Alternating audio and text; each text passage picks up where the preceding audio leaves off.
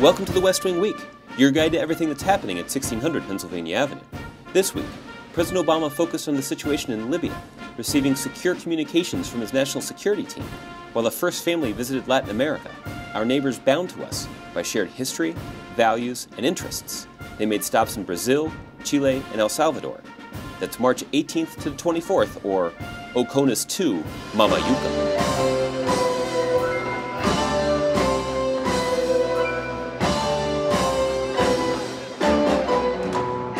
On Friday night, March 18th, the first family departed Andrews Air Force Base for the President's swing through Latin America to strengthen our relationship with our neighbors who are playing a growing role in our economic future and to renew our ties to longtime allies. On Saturday, March 19th, President Obama arrived in Brasilia, that nation's capital and a stunning example of modern architecture. His first stop was to the Palácio do Planalto, where he was welcomed by Brazilian President Dilma Rousseff with an official arrival ceremony.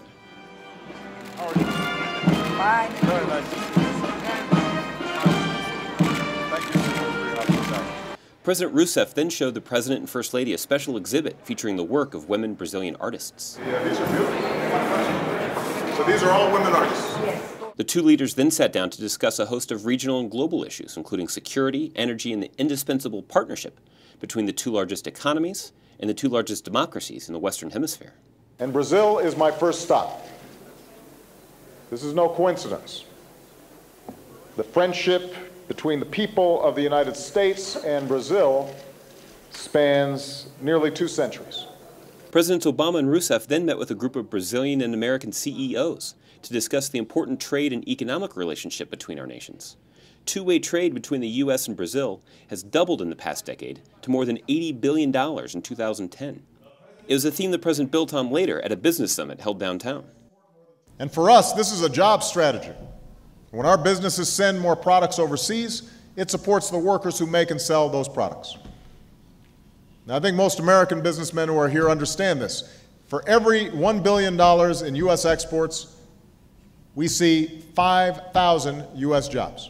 President Obama was also closely monitoring the situation in Libya, where Colonel Gaddafi continued his attacks on his own people. The President made a statement to inform the American public of our commitment to action alongside a broad coalition to enforce United Nations Security Council Resolution 1973. Today, I authorize the Armed Forces of the United States to begin a limited military action in Libya in support of an international effort to protect Libyan civilians. That action has now begun. Before leaving Brasilia, the President and First Family joined President Rousseff at her house, bidding her farewell and taking time to meet her family before heading to Rio de Janeiro. He also got a chance to talk shop on Race at the Top. The state says, here's our plan to improve teachers, to lift up the worst schools. Here's our plan to show progress. And so what happens is those plans are evaluated and we say, you know what, these 3 states, they have the best plan. On Sunday, March 20th, the First Family was in Rio de Janeiro, the second largest and most iconic city in Brazil. They made their first stop at the City of God favela, a well-known impoverished community in Rio. The First Family got a chance to see some cultural performances, including capoeira, a traditional Brazilian martial art. The President and Malia also kicked a soccer ball around with some local kids. President Obama then went to the Municipal Theater in Finlandia Square to deliver a speech to the Brazilian people, touching on the culture of diversity and tolerance that defines both our nations. But first, he boned up on his Portuguese. Alô, cidade maravilhosa. Perfect.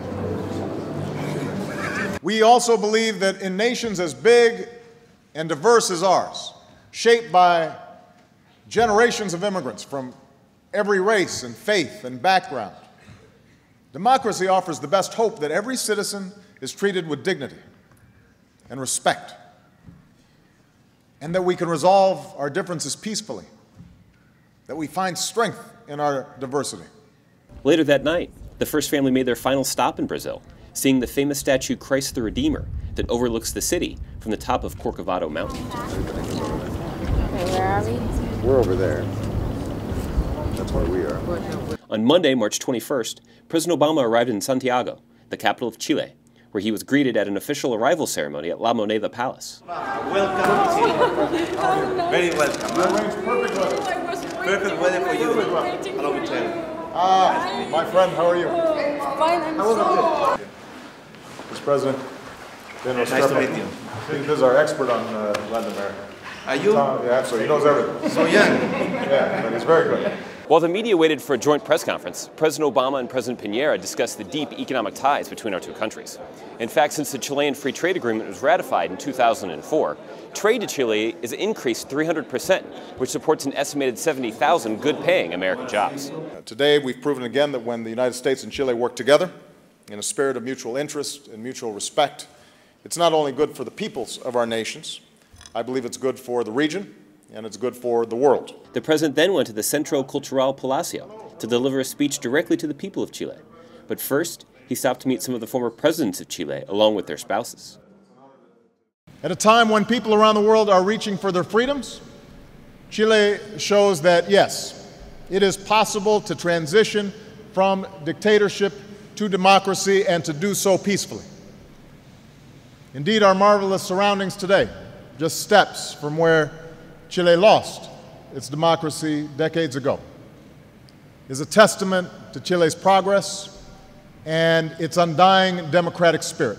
Later that night, the Chilean president hosted a state dinner, complete with a performance by a popular Chilean rock group, Los Jaivas, performing their signature classic, Mamalluca.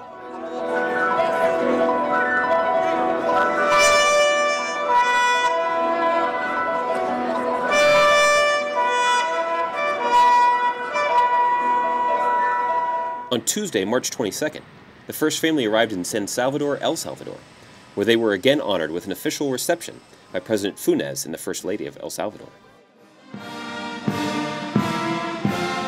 This is the Secretary of Labor. My Chief of Staff, Bill Davis. El Salvador and the U.S. share many relationships, not just in economic and trade terms, but because Salvadorans are one of the United States' largest Hispanic populations. I think the partnership that we're forging together are exactly what's needed in the Americas today. Neighbors joining with neighbors to realize progress that none of us can achieve alone. Every nation, I believe, no matter how large or how small, can contribute to that progress. Later that afternoon, the president visited the National Cathedral and the tomb of Oscar Romero. So for us to be able to come here and say a prayer and remember not only the history of this country, but also the hope that sprang from it. Archbishop Romero, the unofficial patron saint of the Americas and a champion for democracy, was killed in 1980. That night, at an official state dinner hosted by El Salvador, the president renewed the ties between our two nations with a toast. El Salvador is one of those places where the bonds between the United States and Latin America are strongest. Just about every Salvadorian has a loved one or a friend in the United States. On Wednesday, March 23rd, after convening a meeting of his national security team, President Obama and the rest of the First Family loaded Air Force One and returned to Washington, D.C. To find out more information on any of these topics or to see complete videos of these events, go to whitehouse.gov. And thanks again for checking out your West Wing Week. Boa tarde. Todo o povo brasileiro. Is that good? Okay, I'm not going to make a fool of myself. It'll be your fault. I'll take that. Okay.